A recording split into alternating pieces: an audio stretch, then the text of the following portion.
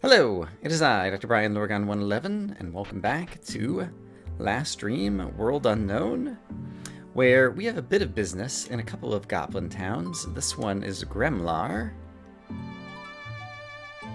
And so apparently there's some shopkeeper here in town who will be able to give us Eye of Newt.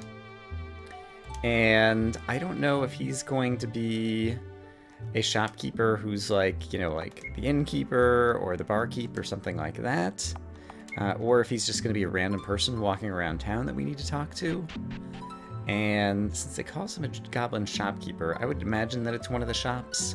And so I guess I'll try to start there. And yeah, basically see if I see the Eye of Newt anywhere.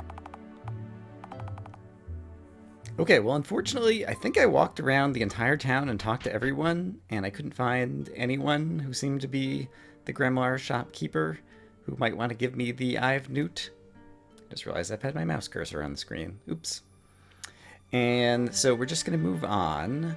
There are a number of things that I need to do at Hob Gar, which is just down here somewhere, and so I'm going to head there next. Okay, I've reached Hob Gar. And there is a bookworm in the castle who is supposed to give us Toe of Newt, or Toe of Frog, sorry. And then there's also the code in this place, which will probably be scribbled on a piece of paper somewhere.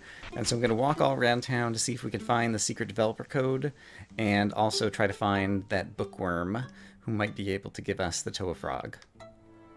So here's the Royal Library of Hob Gar.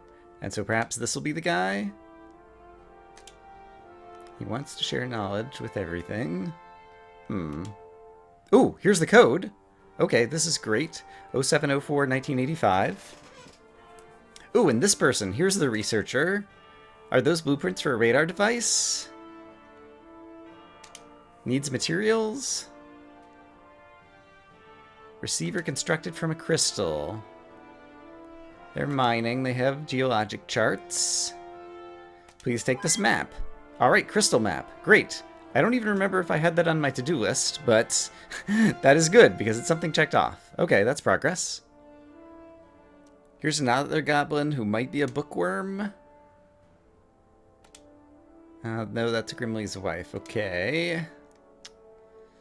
Yeah, I'm not sure. I'm kind of like second-guessing myself in terms of the fact that the person who asked for Eye of Newt and Toad of Frog and all those things was kind of a person living on the fringe, like some kind of witch living out in a castle in the desert who seemed possibly old and deranged. And so maybe it's not good advice and I'm just being sent on a wild goose chase. In any case, I'm also supposed to talk to the rulers of Hob Gar to learn more about the evil of the world. You must tell the World Council what you found. All right, we already did that. So I've done that. I thought there was some other reason that I needed to come here and talk to them, but perhaps not. But in any case, we did get the map to the crystal, and that sounds like it'll be a fun adventure to go on next. And then I also want to bring back the last code to Theopolis because I'm really curious to see what the developer area is going to be. And so I think we'll exit town, we'll take a look at the world map, and try to get a sense of just how nearby we can find this crystal. And let's see if I can remember how to navigate this town. Yes, here we go. Here's the exit. So, show me the map.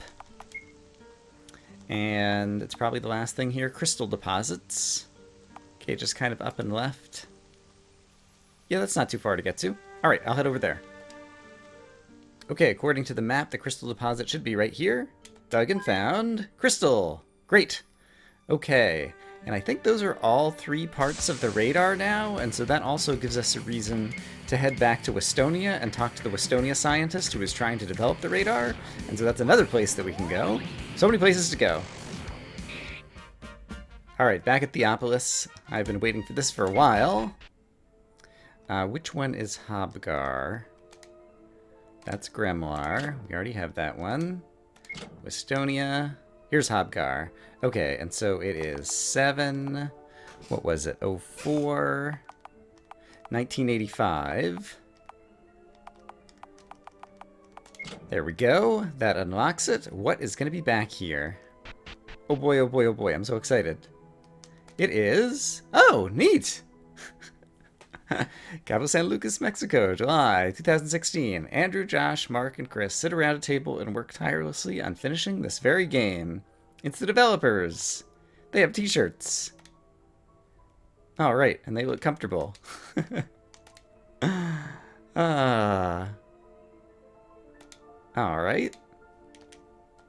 Neat. Asheville, North Carolina. Pushing a car uphill. Okay. This is fun. Death Proof. Was that like part of the Quentin Tarantino movie? Possibly. Death Proof. Mount Hood. All right.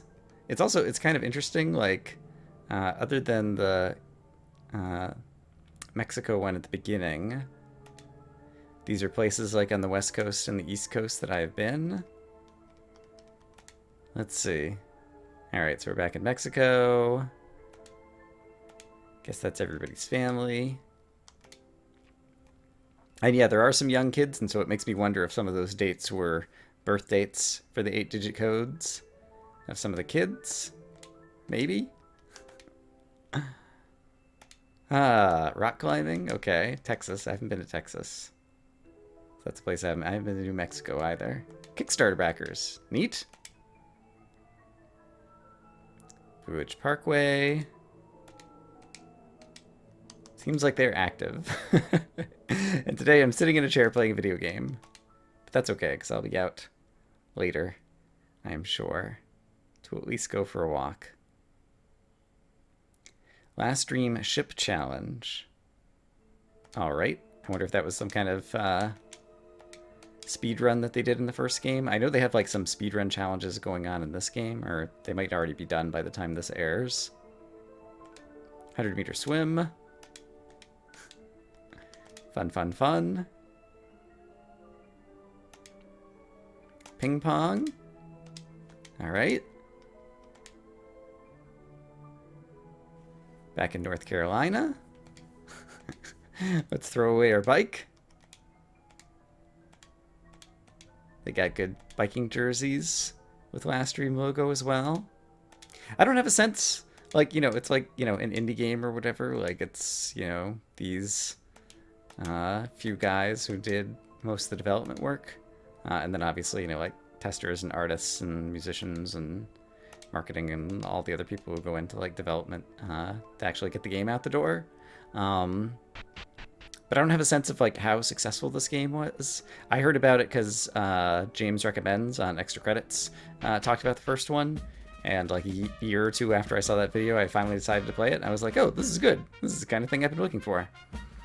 But I don't have a sense of how well it did and how well this one is doing. But I hope it's doing well, because for this genre of game or whatever, like, I think it's a good game, especially for a little indie game. All right, so we unlocked the developer area. I can cross that one off my list, and now I guess I want to go back to Estonia and talk to the radar guy before I forget about that. So I will head there next. Okay, so I'm back at Westonia. I have to find the engineering labs where there was the guy who was trying to make the radar. Was this that building? Oh, I think I remembered, and this is it. Cool. Is this the guy I talked to? Give Cincinus engineer all of... Oh, this is the guy who wanted the hearts. Okay, yes. Ah, this heart will work perfectly for my recipe. Excellent work. Pythias's heart. This heart will be a perfect component of my recipe. Impressive work gathering all the remains that I needed for completing my synthesis research. Maybe that's why when I went to Hob Gar, they didn't send me on a mission, because I'd already gone and gotten Pythias's heart from under the sacred tree, and that's where they would have sent me if I hadn't done it already. Maybe. Give me some time and I'll present you with the final product. Oh, and perhaps that's all the time he's going to need, is just a few seconds here. 1 hour later. That was a quick hour. They're beautiful, aren't they? I was able to create both a robe and armor from the ingredients you gave me. I'd like to keep one to study, but you can have the other. So do we want experimental armor or experimental robe? The thief could probably wear the armor. One of my mages could wear the robe. Let's try the robe. Experimental robe. Alright, equipment. You're currently wearing an azure robe, and you're wearing a sapphire robe. Let's see what the experimental robe is like. A bizarre robe recovers 50 magic points per turn. Okay, that would be pretty handy for this guy to have, and it looks like it's a stat upgrade from the sapphire robe. So, yes please. Alright, very cool. That's not what I expected to happen there, but there you go. So then, where was the radar guy? Was he also in this building? I don't remember. And so let me walk around and see if I can find Radar Man. Perhaps it's this guy upstairs? Excellent work. You found all the materials I require to craft the radar device. Please wait here while I finalize this construction. More or less than an hour. You're on the clock now. You're competing with your friend downstairs. 2 hours later. Oh, he's slow. Okay. I've done it. This radar device should allow you to pinpoint the location of the metal, which I've named orichalcum. Oh, wow. It's like we're in Terraria now. And I forget if that's an actual metal in the world or not. Required to complete... No, I think it was actually like some ancient Greek mythological metal, now that I'm thinking about it. I remember looking it up when I played Terraria. Required to complete the teleportation device. Unfortunately, it will also respond to other items buried beneath the ground, so you'll have to search carefully. Okay, so I think basically it's going to become our new buried treasure finder helper, but it'll also help find orichalcum.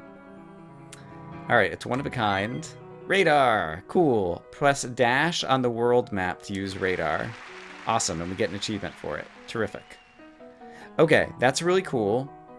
And so I guess I need to make a note that if we find orichalcum, we need to bring it back to him, it sounds like. And I forget, is this the puzzle master guy down here? Zeno, puzzle aficionado. You've completed 9 puzzles. I wonder how many more there could possibly be. Take this as a reward. Phoenix ashes and ambrosia and nectar. And magma blast bombs and cryogenic bombs. Nice. Okay, cool. We completed more puzzles and we got more of that, so apparently this will be a place that we just kind of like are constantly returning to. There's a guy who's still trying to invent something. And then I wonder if we can come back and talk to this guy in the future and he'll give us the armor. If I ever need help again, I'll ask for you. Okay. Perhaps not. But I'm happy to have gotten the robe. And that's also, it's like a good trade-off to give the player the option to take 2 different things, so depending upon how your party is comprised, you gotta have someone who can take advantage of it, I suppose. So I'm really curious to try out the radar and see if it works kind of similarly to how it worked previously. So if I press the dash button... Yeah, okay, so basically it sends out like a radar pulse. Alright, random bosses, random monsters, and so I'll fight some random monsters. Speaking of bosses though, however, this will be a nice synergy with having the radar. So basically with the radar, you can just kind of like walk all around the world and occasionally ping, and occasionally you'll discover that there's something underground nearby. So you just do this, and eventually if there's something underground, like it'll ping back to you. I need to walk around a bit of the world if I want to try to kill some more of the boss monsters from the Mercenaries Guild. And so I think that might be the next thing that I try to do. Oops. Gotta find the right button to press. And so I know where at least one boss monster is, which was basically back up here in the desert near the Western Oasis. And so I think I'm going to head up there next, see if we can find that boss, but then also try to be... Can I do it from the boat too? Oh, you can. All right, neat. Also be trying to use the radar every so often, just to see if we ever get a ping to come back. And if we do, go try to find some, treasures that we can dig up from the radar as well. So this will be fun. All right, and I'm in a battle that's going to last more than 1 round, and so I'm curious to watch my black mage get... Yes, magic point recovery, 50. Neat. So that means I probably don't have to worry about him using osmosis anymore if I want to. And if I need my white mage all of a sudden to get a whole bunch more magic points, I would be able to do that. And during boss battles, I probably don't have to worry about him running out of magic points. So that's going to be a pretty awesome upgrade overall. I'm happy to have gotten the Emerald Robe. Or not Emerald Robe. What was it called? Experimental Robe. And something else, since I'm here at this guy who does the costume clothing kind of stuff, I realized that now we've basically unlocked a bunch of new costumes. Action to select costumes and switch character. All right. So, like, what is glitched? Oh, goodness. Huge? Wow, you can have like a big costume for your character. Big, tiny, Cyclops where you have one eye, and then various colors. Okay, I'm gonna go back to the default. But yeah, basically you unlock new costumes for your characters. And so if I want to play around with costumes a little bit more in the future, I could do that. And I still have the rename scroll, and I've never bothered using that to rename any of my characters. And so maybe at some point, if I'm playing with costumes, I'll also try to come up with names and actually rename the characters. But for now, let's try to walk over in the direction where I think we'll find a monster. And I'll also keep pinging with the radar every so often, and so hopefully we'll be able to find it. So I think it was the person at the Western Oasis, which is just there on the left-hand side of the screen, who reported seeing the boss monster. And so hopefully somewhere nearby here we'll actually be able to find it. Aha! I found the boss. And I don't remember anything about him other than he's a giant worm, and it sounds kind of similar to the lava worm, the desiccated dragon, that we fought downstairs somewhere in a recent episode. And I've leveled up a lot since the last time I've tried to fight any of these bosses, and so my expectation is that I should be in good shape. So let's see. Yeah, let's just start with, I guess that, and let's start with Bloodlust and assume that's going to be a little bit of a longer battle. I guess I will go ahead and start with Inflation and Crumble. We'll do kind of like standard battle tactics for a boss. Okay, hit for 680. That's pretty reasonable if he only attacks one player. I'm sure he has some attacks that'll attack the whole party. That's going to be more dangerous. That and status effects. And I should mention, I don't remember when it was, my white mage is wearing a Genji ring. She had been wearing a silence ring, which only prevents against silence, and Genji prevents like all status effects, or like maybe all except for 3. And so I did kind of upgrade what my white mage was wearing, because I can imagine that some people in the comments in some previous videos were like, you're not wearing the optimal rings, and they would be right. Alright, now we're going to heal 4, and now we're going to Annihilation, and while I was talking I didn't even notice, it looks like we got maybe a tenth of his hit points down. 20,000 hit points! That's awesome. 12,000. Great. Only 3,000. It's still okay. Alright, and we are bleeding, and so that is a bad status effect, because that is going to kind of hurt a fair bit over the long term, and so I think I will choose to do a Healing Steal. You can just attack, and let's do another fast heal and get some heals kind of right off the bat while we have the opportunity, and Implosion should be fine. And I'll basically just try to stay ahead of the hit points if I can. Ouch, 1600. And hope that I don't get any more bleeding status effects, and I think occasionally the bleeding will wear off after some time. We stole an Ambrosia, that's great. Alright. White Mage is about to die. That's kind of unfortunate.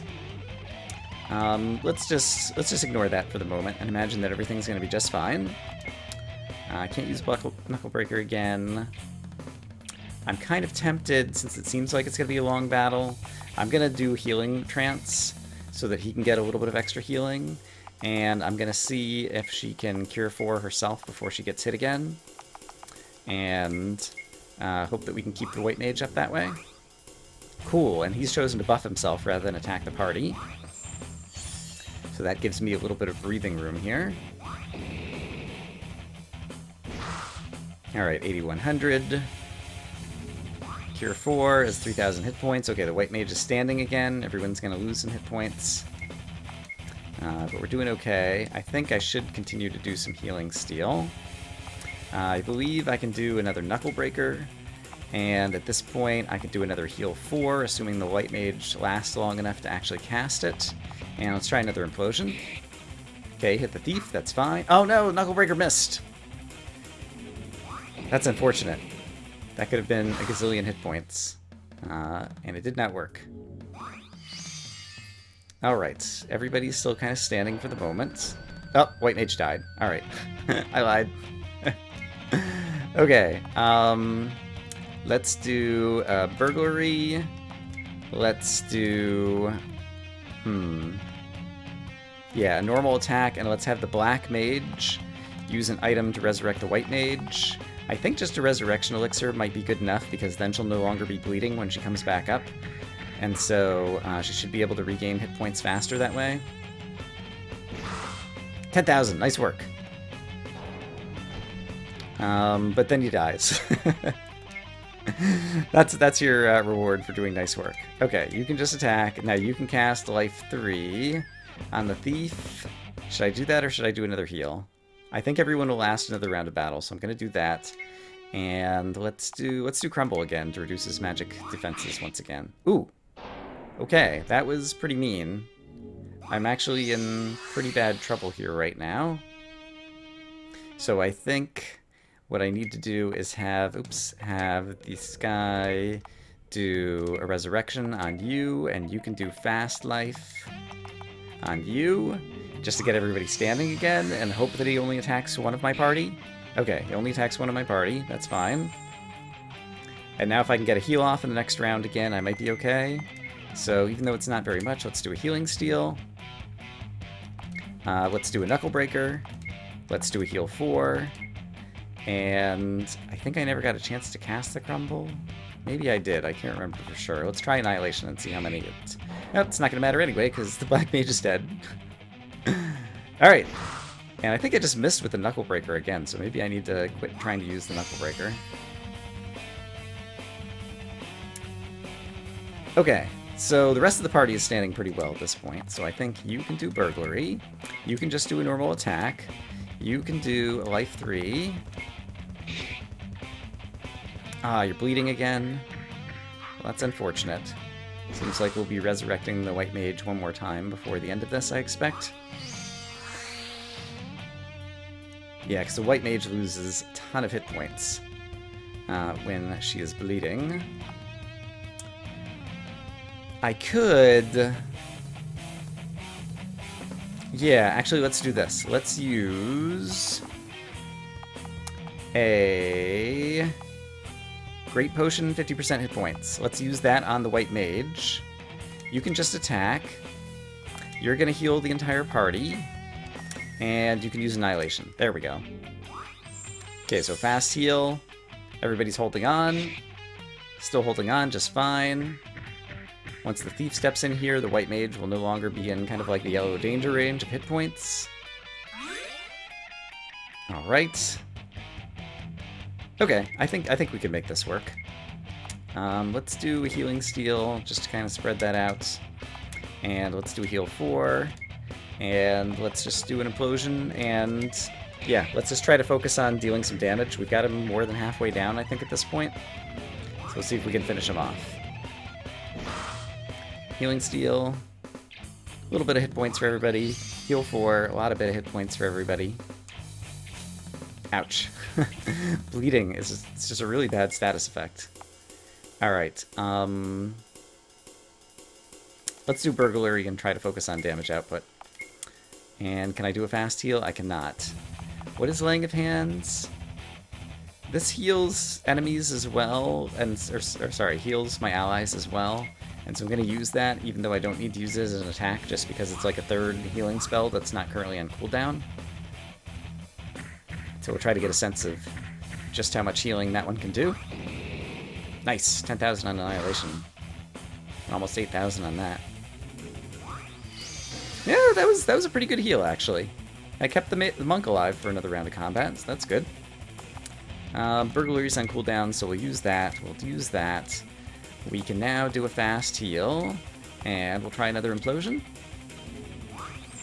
Okay, so this ended up being a more difficult battle than I was expecting. It could be the case that I would have been better off doing a little bit more kind of buffing of my party with tonics and different things right at the beginning of the battle. But I didn't do that, but I think we'll be okay. Okay, you need to cast Life on the monk, and you need to cast Annihilation again. And the white mage is probably going to bleed to death at the end of this round. So we'll try to bring her back with another Resurrection Elixir at the beginning of the next round. Oh, she's no longer bleeding. Haha!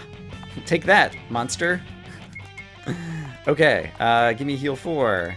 Give me an implosion. I might be able to finish him off this round. Let's see if we can be so lucky. Black Mage is bleeding, but I don't think this is going to last more than 2 rounds, and so I don't think the bleeding is going to matter because he's not going to bleed to death during this round of combat. And next round, I think I can finish this guy off. All right. Fight. Give me a burglary. Give me an attack. Give me a fast heal. And give me an implosion. Yeah. Or sorry, an annihilation. Yeah, we're totally going to beat him. Hooray. Ouch. He hit everybody and everybody's bleeding. It's a little bit too late, guy. Because you've gone down. Desiccated dragon. Be no more. Alright. Desert Worm Talon. Fantastic. Alright, I'm going to heal people up. And then I'm going to take kind of like the long walking route back around to my boat in the hopes that we run into some things with the radar along the way. I don't have a good sense of, you know, how many items are just going to be found out in the world with the radar. And so we'll just kind of have to take it and see. Okay, I've returned to the Mercenary Guild camp because I am due a reward for defeating one of the boss monsters. Well done on defeating the Desiccated Dragon. Good luck on your next target. Here's your reward. Virgil's Gloves and Virgil's Gauntlets. Neat. Tell me about those. Azure Gauntlets versus Virgil's Gauntlets. It's kind of give or take. Amethyst Gauntlets that greatly increase attack. So they're amethyst. Interesting. Oh yeah, that is quite a bit more attack. We sacrifice... It sacrifices only a tiny bit of defense and accuracy. I hate to lose the accuracy, but I don't really need the defense. And that is a lot more attack. Did these other Azure Gauntlets have anything special on them? Halves magic point cost. I see, that was what was reducing the Thieves' magic point cost. I don't know that that's super important because I'm not using his spells like all that often. And so I think that's a good trade-off. Tell me about gloves then. We have Azure Gloves and Ruby Gloves. Tell me what happens here. Greatly increase intelligence. Yes. Okay. That is definitely going to be an upgrade, both in defense and especially in intelligence for the Black Mage. So that'll cause him to cast spells harder. So that is great. Love these rewards. And so, yeah, let's find out about other things. So we found out about the Desiccated Dragon. Anglerfish is out on the ocean. Right. Our commissioned ship captain. Okay, this is the guy I was talking about in North Bay who said he could take us out to fight monsters. Okay, great. So now I understand about that guy. How about Grimalkin? Western Orphos in the Badlands. An Elven Scout. Oh, between Tizaran and Valendra is where the Grimalkin currently is. Oh, I saw that one. I saw it on the northwestern corner of Valendra an episode or 2 ago. Okay. All right. And let's go ahead and just read about the 4th one.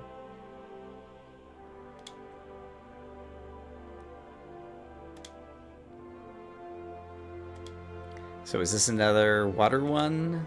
Giant serpent. Took out the fleet. Was seen near Tizaran. So I head to North Bay and talk to the captain. Okay, so basically those are the 2 that we can go sailing with the captain for. And then there's also some on North Aldrin. And so if I want to fight some more boss monsters, actually going back to North Aldrin sounds like the place to do it. And I imagine these monsters might also be easier, possibly. So there's one near Court, it sounds like. East of Court. This is also near Court, it sounds like.